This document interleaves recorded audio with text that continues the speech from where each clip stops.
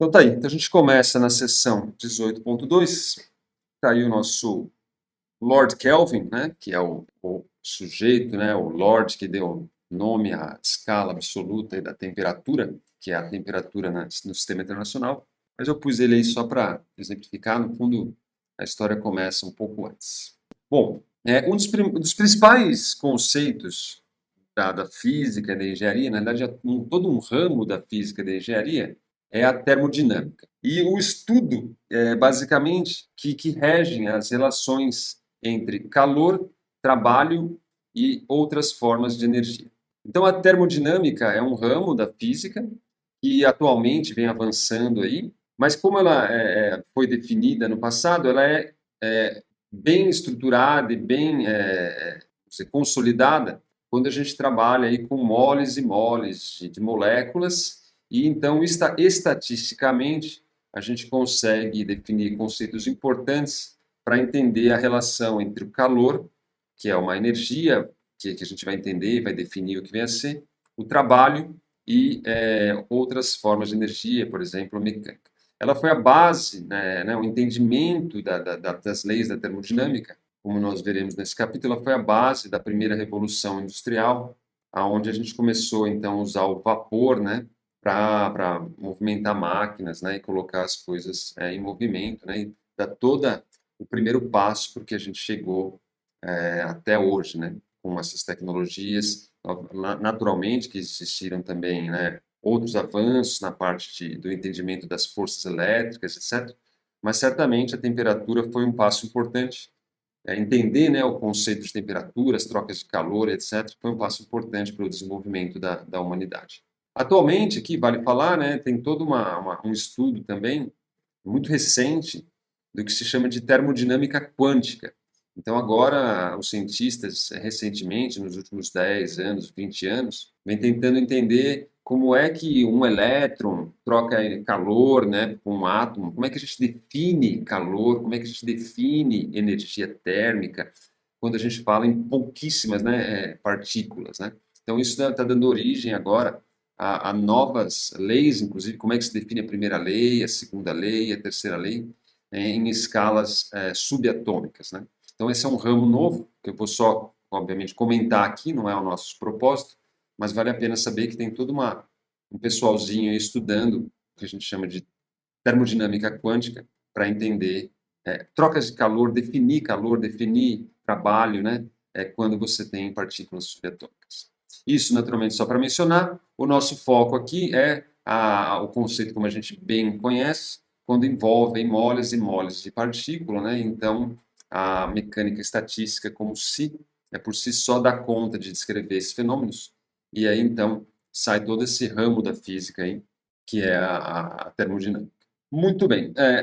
Bom, um dos conceitos centrais da termodinâmica é exatamente a temperatura. E a gente começa aqui, então, discutindo o que vem a ser temperatura nessa seção 18.2. Então, esse é o nosso ponto de partida aí para toda a discussão que a gente vai desenvolver durante esse capítulo 18. Então, a gente começa aí, seção 18.2, que é exatamente a ideia de temperatura. Bom, a temperatura ela é uma das 7 grandezas fundamentais no sistema internacional. Então, no sistema internacional, a gente tem o comprimento, a gente tem a massa, a gente tem o tempo, a gente tem corrente elétrica, a gente tem a quantidade de matéria, que é o mol, né? A gente tem a intensidade luminosa e também tem a temperatura. Tá? Então, no sistema internacional, a temperatura ela é uma dessas grandezas fundamentais e ela é medida no sistema internacional em Kelvin, que é exatamente o nosso amigo que está aqui, o Lord Kelvin, que é o William Thomson. É uma homenagem a ele devido aos estudos que ele fez, né, um físico matemático britânico, devido aos estudos que ele fez, aí, principalmente no século XIX, estudando trocas de calor e etc., definindo todos os conceitos que dão base aí da termodinâmica. Vale frisar, né, o quanto é novo, né, isso tudo. Apesar da gente já ter todo o desenvolvimento da primeira revolução industrial, né, entendendo ali mais de forma empírica como as trocas de calor acontecem, como a gente pode usar essas trocas de calor para por máquinas em movimento. O rigor mesmo matemático da termodinâmica, ela é um pouco mais recente, né, do que a primeira revolução. Naturalmente que houve muitos avanços lá, né, também na época, mas é do século XIX, século XVIII, também final do século XVIII, que as coisas começaram a evoluir para ter um entendimento matemático, né, descrever de forma matemática essas trocas de calor, definir os conceitos, etc, etc. Bom, embora não exista um limite superior para a temperatura, ou seja, você tem estrelas aí com temperaturas altíssimas, né? Você pode, em teoria, ter uma temperatura quão alto você queira, em teoria. É importante deixar bem claro que existe um limite inferior para essa temperatura. Então, a temperatura limite ela é tomada aí como sendo o zero da escala Kelvin, tá? Então, abaixo desse valor você não vai ter nenhuma temperatura, você não consegue alcançar esse valor aí abaixo do zero Kelvin.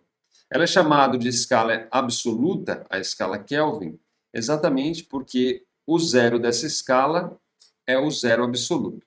Existem outras escalas que também são escalas absolutas, não é o caso, por exemplo, do Celsius nem do Fahrenheit, porque o zero do Celsius não é o zero absoluto, o zero do Fahrenheit não é o zero absoluto.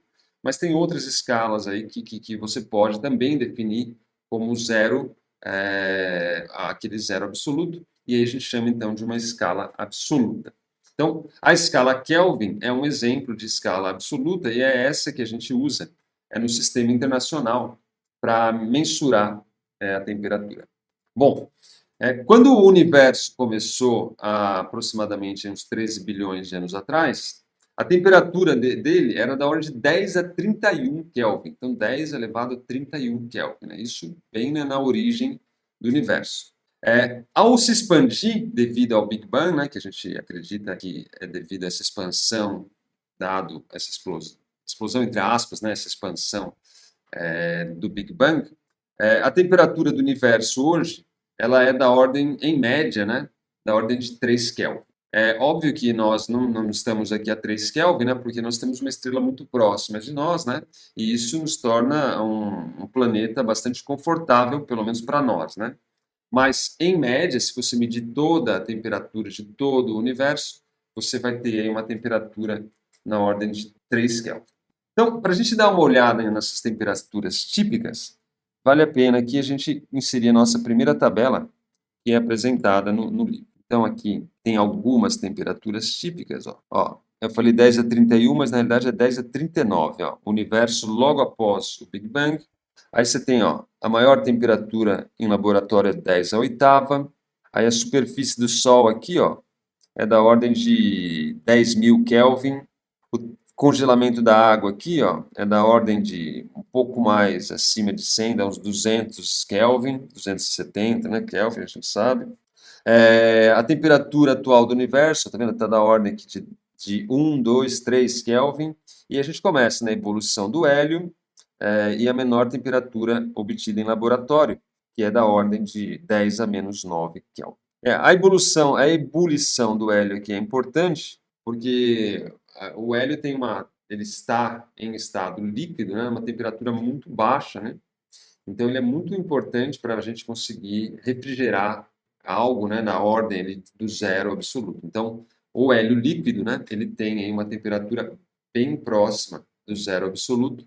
E quando a gente precisa refrigerar alguns equipamentos, por exemplo, hoje em dia se fala muito em computadores quânticos, né? Para refrigerar um computador quântico, para que você evite os efeitos térmicos e os ruídos, você usa então o hélio líquido para fazer essa tarefa. O desenvolvimento, né, da captação ou transformar o hélio em líquido, né, foi uma revolução importante para a ciência também, porque aí a gente consegue hoje em dia, com uma certa facilidade, refrigerar dispositivos à ordem quase do zero absoluto.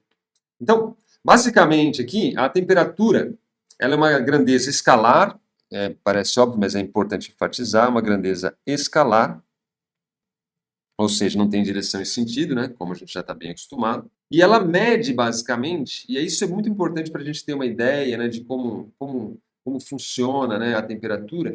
Ela mede, basicamente, o grau de agitação das moléculas que tem no corpo. Tá? Então, alta temperatura, as moléculas elas estão ali vibrando muito fortemente. Tá? E quanto maior essa agitação molecular, maior é a temperatura e vice-versa. Aqui vale a pena até a gente enfatizar, quando você tem os corpos, né, você tem um núcleo, que é o átomo, né, ali, e tem os elétrons. A vibração dos elétrons, elas estão mais relacionadas aí com a parte de emissão de luz, tá? Então, o espectro delas ali estão mais nas ondas dos visíveis e tudo mais. A radiação térmica, que também é, de fato, uma radiação eletromagnética, ela já está mais associada com os movimentos das moléculas, tá? Então, o movimento molecular é que está associado à frequência aí de radiação eletromagnética que está associada à temperatura, né?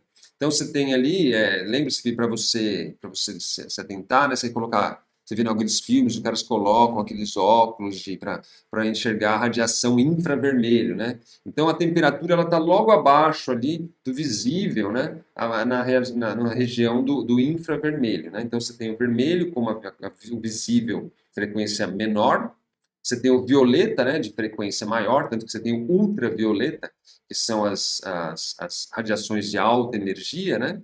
E você tem o infravermelho, que são radiações de baixa energia, abaixo do vermelho, que está associada a essa radiação térmica, que é proveniente dos movimentos das moléculas, né? O movimento molecular do que constitui o corpo. Tá? Então, elas é uma radiação de baixa energia.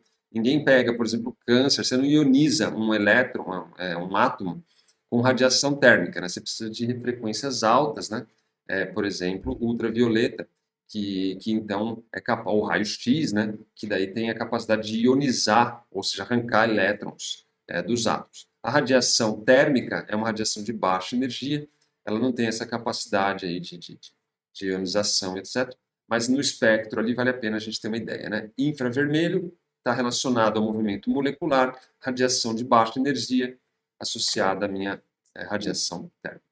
Ok? Então, esse é o conceito de temperatura. Vale a pena a gente ter bem em mente essa agitação molecular para se vislumbrar aí o que vem a ser de fato, né, a ideia de temperatura. Quanto mais agitadas essas moléculas estiverem, maior é a temperatura.